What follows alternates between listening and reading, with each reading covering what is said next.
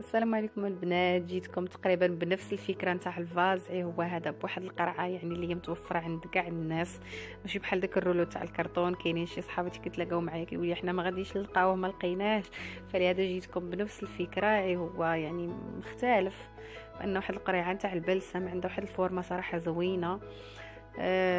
داكشي علاش حاولت هاد المره بانني نبسط، درت خيط عادي اللي هو عادي. انا اخترت الكري لان عندي صراحه فرج ديالي في الكري وفي البرتقالي، فحاولت بانني ندخل. المهم انتم غادي تشوفوا في الاخر كيفاش غادي يجي.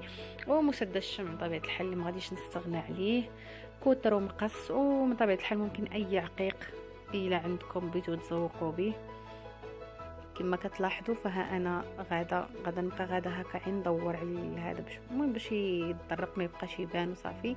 وما حدكم نتوما كتدوروا نتوما كتزيروا بالصبع الاخر كما كتشوفوا. فانا كنحاول بانني نزيرو باش هكا كيجي زوين، وكنبقى غادا هكا حتى الاخر. ومن بعد كنخليه يبان واحد شويه، ومن بعد كنزوق بشي عقيقات ولا المهم كل وحده وغادي تزوق باش معجبها. لان انا هي كنعطيكم افكار واللي عجباتها ممكن تطبق نفس الفكره، لان صراحه جا زوين وما باينش كاع اصلا لان انا درته وولادي برا وما عرفوش باش.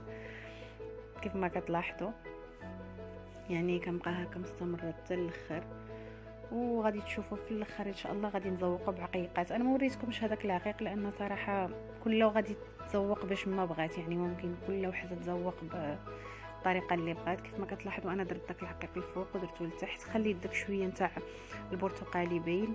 هنا عندي هاد البلاصه خاويه، من بعد ان شاء الله فاش غتخوى القرعه الاخرى غادي نعمرها، غادي ندير واحد اخر ان شاء الله. درت هاد الورد لان صراحه هو اللي متواجد عندي، بالحق ممكن من بعد نشري ليه ورد اخر لانه هو اللي كاين عندي دابا في الدار حاليا.